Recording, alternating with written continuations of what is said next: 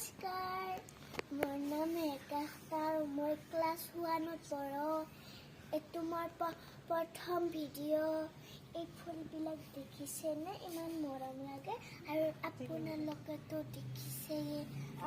মই এতিয়া চাইকেল চলাইছিলোঁ বুলি। ভিডিঅ'টো যদি ভাল লাগিছে চেনেলটো ছাবস্ক্ৰাইব কৰি দিব। Bye bye.